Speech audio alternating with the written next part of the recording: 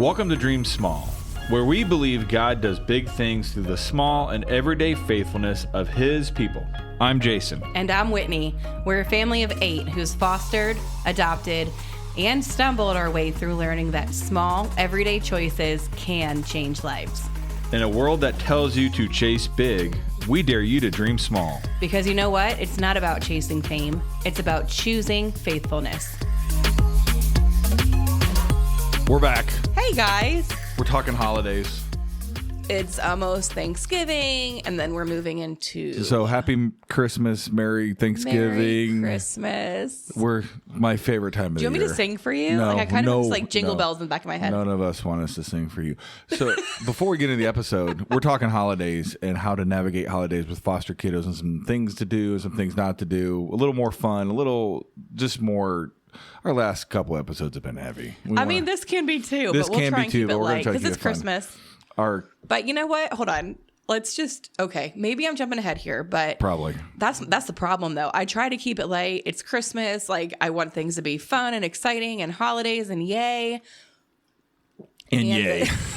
And the smallest things can be big triggers. Yeah. And then it's like, wait, what just happened? Where's the joy? We'll talk about that. Which is why we're doing this episode. Because it took me a minute to realize like, oh, and you know, one of our kiddos who's currently in our home, I'm not even talking big holidays, little holidays cause big impact. Like, I don't know, literally like Columbus Day. Maybe not Columbus Day. Okay, Columbus Day. Okay, anyway, hold on. You know what I'm talking about. So I don't know if your kids in your life, so we just got our first minimal snow of the year. Like, I'm talking dusting. And we have now had to explain to multiple little kids, Christmas is not tomorrow. It's kind of fun. And it was also really cute that like all the kids went outside last night to jump on the trampoline in the snow. Yeah, I mean, it's fun to see that youthful in jammies. She had on like what you would wear on the Polar Express like Christmas, a flannel PJ long dress. sleeve, long ankle length dress, and she went out with that with like sweatpants. No. She tried to go out with that dress on and Crocs and a hat and gloves. Well, she learned from her big brother who was going outside with Crocs and shorts. And anyway. So all the kids went outside and enjoyed the snow last night. And it got us in a festive holiday. It was a dusting, but it was great. And then it was like, is Santa coming tonight? No. And they all think school's getting delayed and it's beautiful. Anyway, so we're talking holidays and what that can mean if you have foster kids in your house. Think of you shared, the small trigger. Can you think of a specific example where our foster kiddo was triggered by something at holiday? So it never comes out. It's the holidays. I miss my family. Yeah. It never. No, right? Obvious. That'd be too easy. Yeah. There was a summer holiday. I want to say it was July 4th.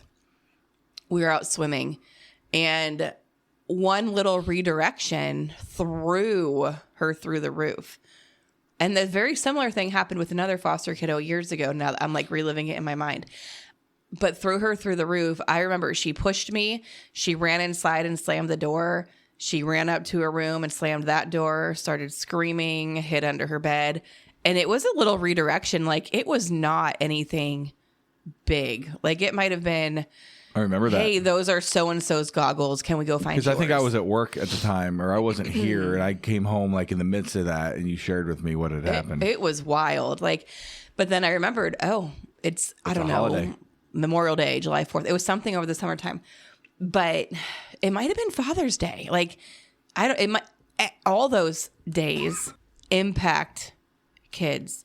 Kids are humans with really, really big feelings. I mean, most adults don't know how to handle their feelings, right? So how can we expect kids exactly. to, right? Yeah. But we have to remember, they're humans with really big feelings. And more times than not, they lack adequate ability to identify and express those feelings. I mean, it takes me a while to process. I'm a drawn out processor. You're a talk to process. It just takes me some time to figure out what I'm really feeling and why.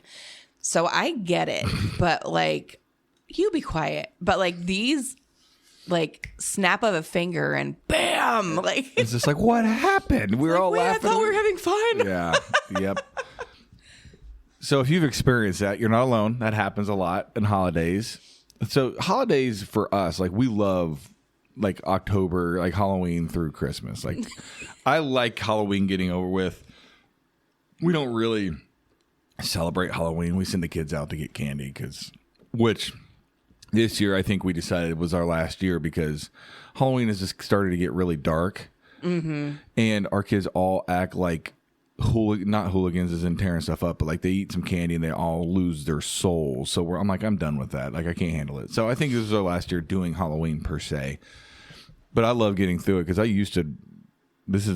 haven't decorated for Christmas outside yet. And this is the latest. It's in the last killing him. It's driving me crazy. We have snow on the ground. I don't have Christmas lights up yet. It's not good. So we definitely went to bed last night in the fetal position crying because there was snow and no Christmas lights. Because he also thinks it should be Christmas Day tomorrow since it snowed. we like to try to make the holidays fun. They're our favorite time of the year, so I think we've handed that down to our kids pretty well. Yeah, but except that stupid elf. Oh, he should have died during COVID. He should have. And now Benny's on like a kick where can we get 2 elves this year because we have a lot of kids in the house. Has he talked to you? We will kick him out of the house. No. Well, now that he knows, I think he's doing a great job of. I think he wants one, and Lainey has one to take care of. But we know it's going to happen to at least one of them. Anyway, back to the reason we're here. So you try to make the holidays magical and fun and family, which is great for a lot of these kids. They need that, right? Yeah. Understand that it is going to trigger some things from their past. It can be messy and confusing and a whole bag of emotions. So we are the adults. So as much as sometimes I'm like, I need my mom. Supposedly we're the adults. Mommy, help me. But we are the adults. So we need to be prepared for those curveballs and remember that we set the stage for what holidays look like and build in trauma room, like breathing room. Yeah, space. Give yourself margin because you don't know. Like you don't know what can cause it. You don't know what could trigger. It could be where it will happen. It could be an ornament. Thinking specifically about.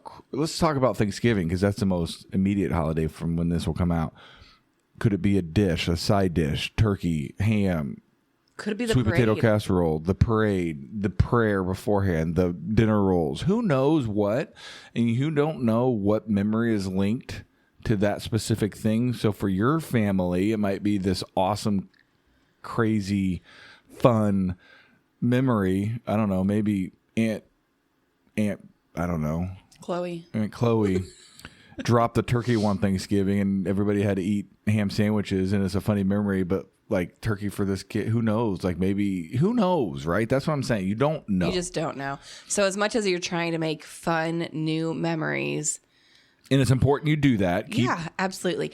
I just would advise holding space for what might be also because chances are, I mean, even with typically developing children, like our son, I remember, going to visit Jason's parents' house. He was probably only 2. So it's a little bit different. But Benny used to get really, really overwhelmed around people he didn't know and in strange places. I remember it might not have been, I think it was a holiday. It was. I think it was. No, I think it was summer. I think I forget what. Well, either way, I remember I literally sat in the back room in a bedroom holding Benny, hanging out with him all day. When there were other family members visiting. Because all the noise and everything was so overwhelming. He was overwhelmed. He was overstimulated. So this is pretty cool. Side note for Benny. That happened 8 years ago, call it. 7 or 8 years ago. And this past Friday. Oh, my word. I took him to how far he's come. A Skillet concert. If you don't know who Skillet is, they're a Christian rock band that's really good, but they're very loud. And he loved it. His exact words were, when I got in the car and we were leaving, I go, well, bud, what do you think? He goes, Dad, Skillet blew the roof off that place. I love that kid. It was awesome. So I can't, if you had told me 5 years ago I would be taking Benny to a rock concert, I would have told you are insane and living in an alternative universe. But it was awesome. Let's just give you an idea of how far he's come. Yeah. So during holidays, give your kids space, give them room to they're not going to necessarily fall into line with all of your family's holiday traditions. Yeah. I mean, what's joyful to us might truly feel like lost to them. And it'll be weird. Like they'll hop into some and be, oh, this is awesome. And all of a sudden they'll disengage and you won't know why. Yeah. I mean, okay, so we're a big family and we're a big family. We have a lot of birthdays we celebrate. And birthdays, like it's been a lot of practice and reminding of expectations. Like I'm thinking of one of our kiddos. We've come really far from trying to blow out everyone's candles and opening everyone's gifts when it's not her turn to waiting. And she's now saying, oh, like we just celebrated Delaney's birthday. Oh, it's Lainey's birthday. We're going to wait for Lainey to blow out the candles. Like we've had a couple little she's kids finding that are like her that. way. Yeah. But just little stuff like that. So just give space, like try to relinquish high expectations and control and just be able to roll with it. But I would say the more you can set the stage and the expectation ahead of time, if it is something that, it is so-and-so's turn to blow out the candle, set that expectation. You do a good job of that, of setting very clear boundaries. And our kids respond well to that. I told Jason, I was like, don't go out in public unless you first need to park the car and set the expectation. Like, okay, you're going to stay with me in this store. We're going to go in and get this. You may be able to look at this, but you need to tell very clear parameters of what you're expecting before you go in that store. And I'm not trying to be like rude or a control freak, but it's true, or you will encounter problems. Yeah.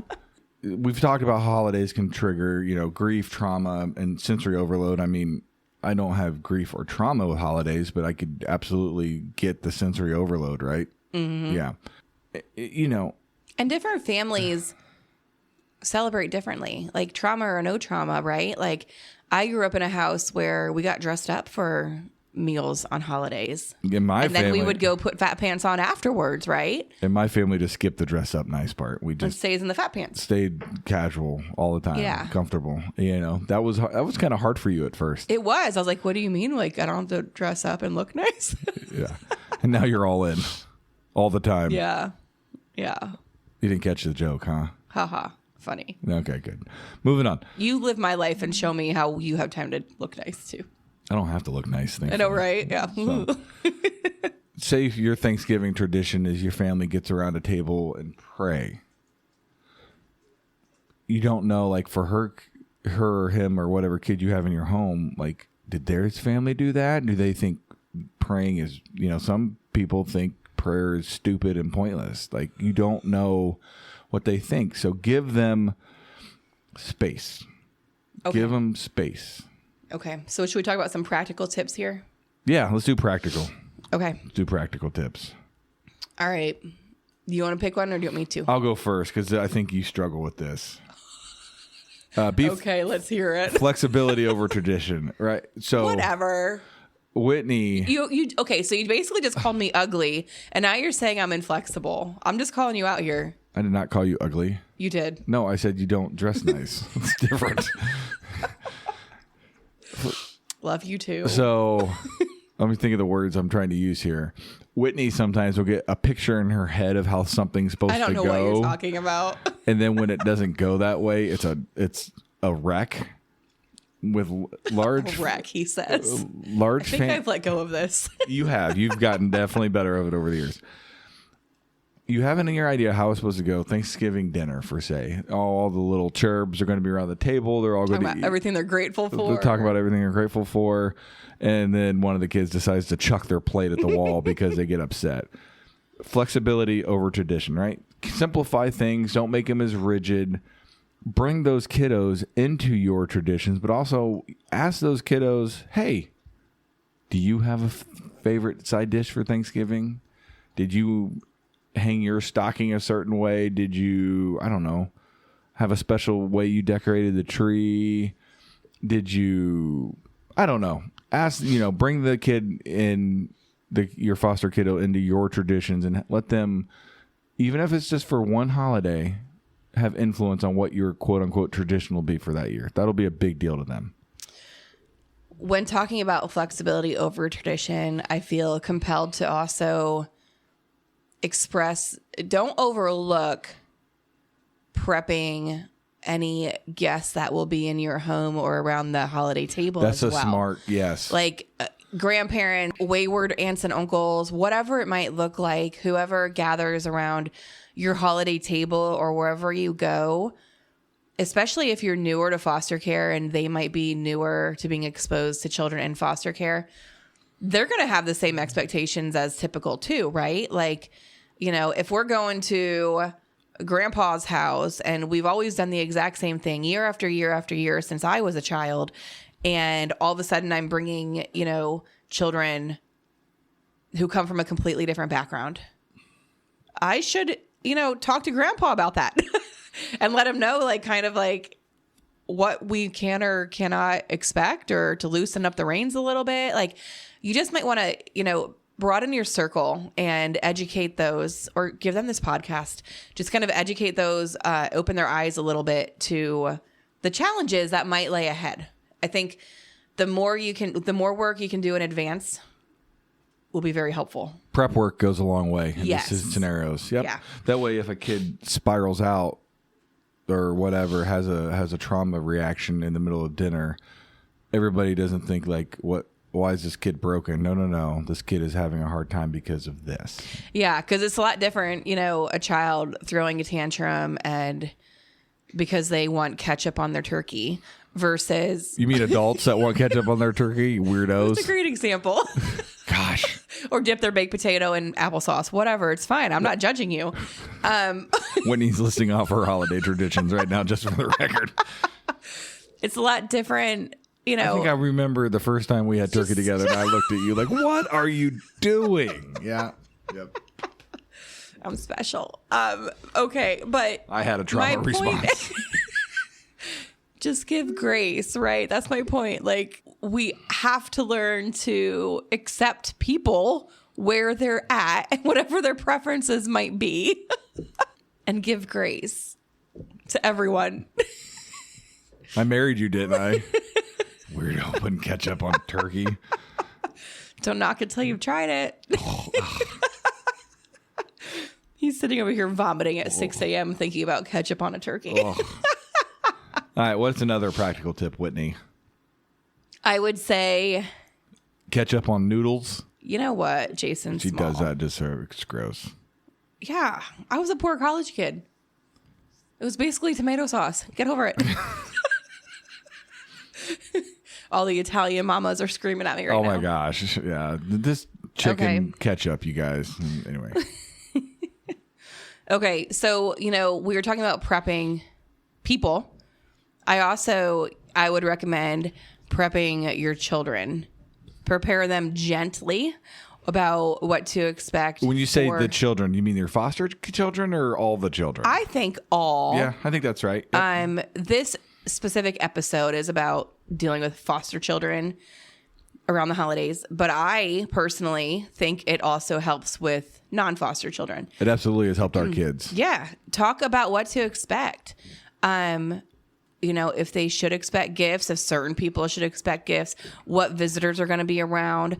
Maybe even like go into kind of like profiling different people so they kind of know like who's going to be around. Grandma. Like I'm thinking like National Lampoon, right? Like go in and talking about like, yeah, and who's the lady that does the Pledge of Allegiance? I forget, yes. I know. I need to like watch that movie. I'm a little bit rusty. Rusty. That's the name of the kid. Yeah, I know. Yes. Okay, anyway. But prepare them. Like walk through what to expect. Like what the routines will look like. Like what grandma's food. deaf. Like you have to yell at grandma for her to hear you. Yeah. Or she'll pinch your cheeks. My nanny used to give us every Christmas what we would call nanny sweaters. And she would order them from the QVC or Avon catalog. And oh my, they were not really sweaters anyone would ever wear. We call them nanny sweaters, but like I would have to prepare if I had a foster sibling, like I think it would have been kind of me to say, hey, just so you know, you're going to get a nanny sweater. Give her a hug and say thank you. It's part of life. Welcome to the family, kid.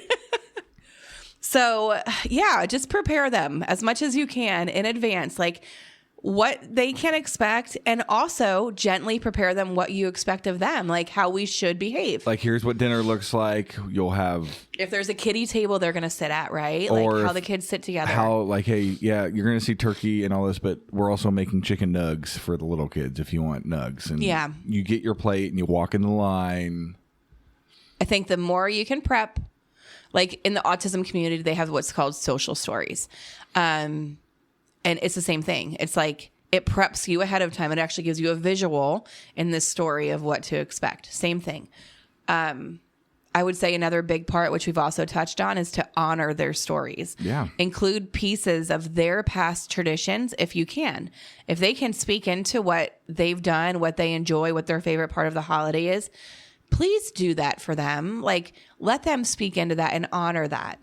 Help them feel like they are a part of your And you family. might have to ask a lot of questions to get through to that, especially younger kids, right? And it might not look anything like one of our kiddos loves ramen, so she said. And she said she wanted pink ramen.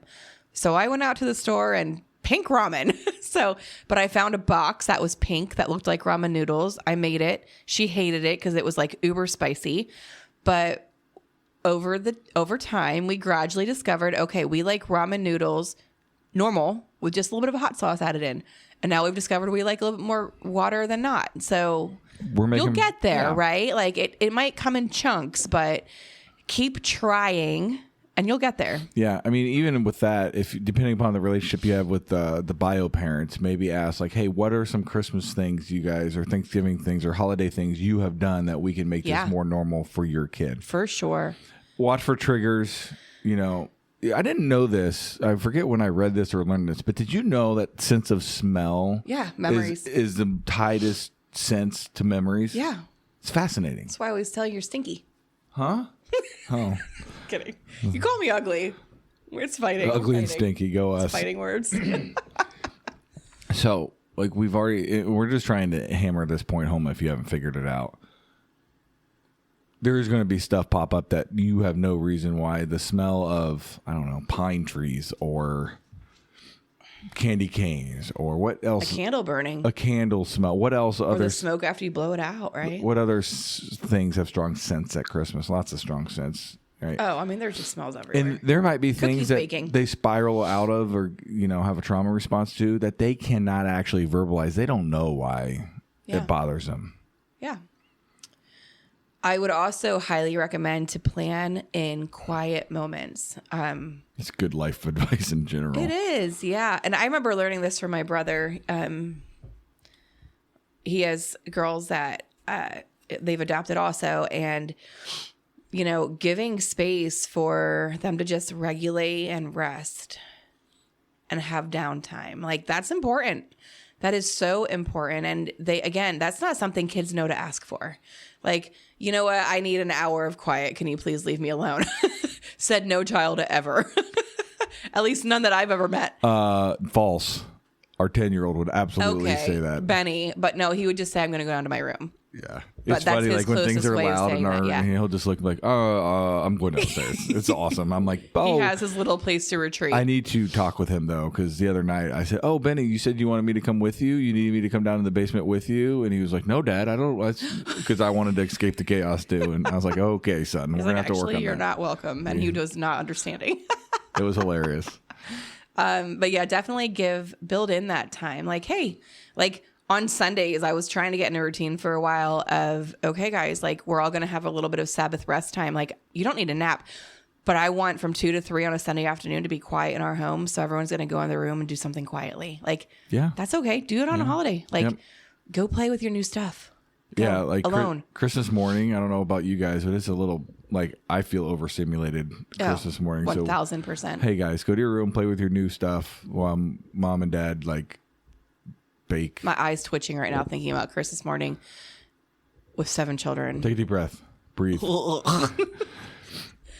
be great. It'll be great. Along with planning for quiet moments.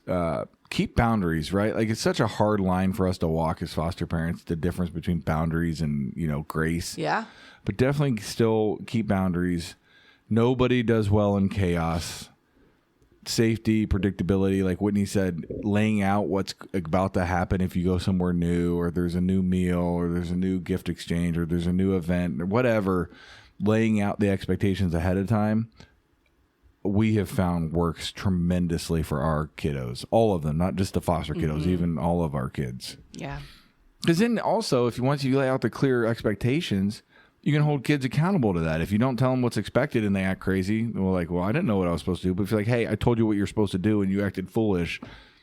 Yeah. Yeah. Okay. So I briefly talked about taking into consideration extended family dynamics, right? So just to kind of re-hit on that again, you might be the first model of inclusion or advocacy for children in foster care. So you might have to prep extended family members. You might have to say, hey, not everyone in our family is going to look like us. I need you to be cautious of what comes out of your mouth. Yeah. You might need to say, we are trying to live a very Christian lifestyle, and I'm going to ask you to not use cuss words when my children are around. It can look different, right? It can say, please, might need to say, please do not ask so-and-so about their story or their parents, or just treat them like any other child in my family, right? Like, play with them and love them, but do not play 20 questions with them. I don't know. It depends what your family dynamics are, but you need to protect your kids. And you are the only one that, knows what that looks like and what needs to be done or said to protect them. Protecting them might mean not going to family Christmas. I was just going to say right? that. Like, protecting them might mean like, you know what? We're going to lay low and have our own at our house this year. And you know what? That's okay. Yeah. Like, don't be people who feel beholden to these family traditions with family they don't even talk to. Blows my mind that people. You've always struggled with that, yeah. Like well, you don't even talk to them. Why do you care what they think, or why are you going to go over there for the Christmas? You don't even talk to them. You don't even like them. They're mean. I don't get it. I don't know why people do that. But anyway, that's exactly right. Like, why you have certain foster kiddos in your home, it might make sense to have a different path this year. Yeah, and that's than others. okay. And that's good. That's all great. That's okay. Just remember, you are doing holy work. And that could feel really hard. And it could look really hard and really challenging in various seasons. But you're doing holy work. Yep. And that's not easy. It's not an easy thing. You're in a mission field, and it changes perspective a lot. But you need to remember that. Right. Let's talk about gifts for foster kiddos. Okay.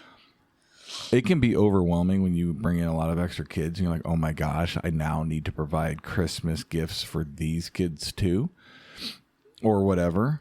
Reach out to your local DCS office in the state of Indiana. They give you an allowance for gifts. I think $50. Yeah. And more importantly for us locally, there are multiple organizations that help foster families make Christmas happen for a lot of these kiddos. So find your groups near you to help you with it. Don't feel that overwhelming burden to be Santa Claus to all these extra kids with no help.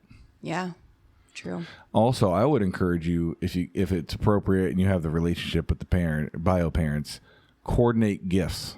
So you're not each buying kiddo the same set of Nikes or the same coat or the same whatever. Like, hey, let's work together. Like, it also helps build that relationship. Hey, let's work together to make this Christmas special for this kid. Good idea. I mean, I know that's not always possible, but sometimes it is. And if it is, that would be a great way to build a relationship and also work for that kiddo. Mm-hmm. Or consider family gifts.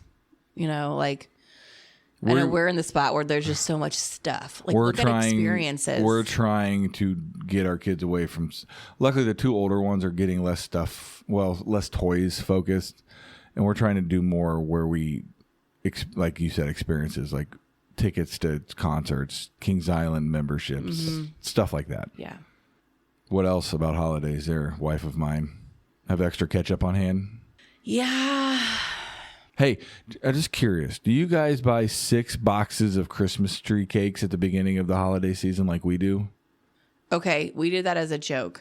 Huh? Benny and I found them. What I don't get the joke part. What do you mean? We planned on hiding Christmas tree cakes around the house, like that in would've been places awesome. that you would. Yeah, that's why I was mad when you saw them in the trunk, because we were gonna hide them around the house, like put one in your Bible and put one in your bathroom and put like If random you put a Christmas tree spots cake that in my you would have Bible, you would have discovered. smushed it. We would have figured it out, but we were gonna put things in put them in random places where like you might find them sporadically throughout the next month, and then I wasn't gonna buy anymore because they're in the house. You just had to find them. Yeah. Well, anyway, we love Christmas tree cakes. You and Lainey love Christmas tree cakes. Benny does too, I think. I don't know if I've ever actually eaten one. They're good. I don't want to try. Yeah, don't 'cause try. I'll probably They're won't stop. addicting, Yeah. too. I see how addicting they are. I feel judged. Yeah. So But yeah. I guess we can wrap the holiday episode up. Just I hope we helped. I mean, yeah, it can be challenging. Give yourself grace. Give yourself flexibility. Just remember, I don't remember the gifts I got when I was little. I don't remember what food I ate specifically. I don't remember. I just remember hanging out with family and being happy. Like I don't think I remember a lot of specifics. I remember hanging out with my grandma and my cousins and my mom and dad and that time. That's what's important, is that time with those people. Don't demand perfection of yourself with the meal, the gifts, the decorations, the lights, the music, all the things people put pressure on. Just enjoy your family. And don't forget the deeper meaning of the season. Like, take that time to think about redemption and hope and belonging. Talk with the kids about how Christ entered into our mess. It's not a picture perfect version. No holiday needs to be. It wasn't when Christ came into this world, right? So focus on that. Like, that's what really matters, not all the extra. I think that's a good note to end on there, smart wife of mine. Well, thank you, sir. Now tell me I'm pretty. You're very pretty. Thank you. What's it? Yeah. Now we've come full circle. What is it? At least you're pretty. So Whitney and I have a joke.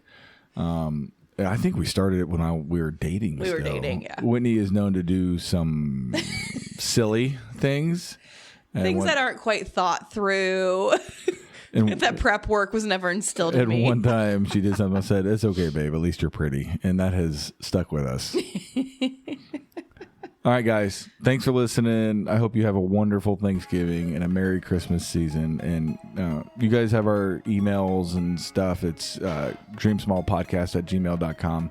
If you have any questions about holiday stuff specific, like obviously we don't know the answer, but we can talk to you about it and talk you through it. We're always here for you. All right, guys. Well, Merry Thanksgiving and keep dreaming small. Thanks for listening to the Dream Small podcast. If you're listening on Apple Podcasts, please tap the follow button and leave us a review. It helps other people find my mom and dad's show. If you're on Spotify, please give my parents a follow and a 5-star rating. And wherever you listen, don't forget to share the show with a friend who needs a little encouragement today. You can also follow us on social media to stay in the loop. Instagram @Dream Small Podcast, Facebook Dream Small Podcast, and Twitter X @Dream Small Show. Or email us anytime at dreamsmallpodcast@gmail.com. We love hearing from you. And remember, just dream small. See you next time.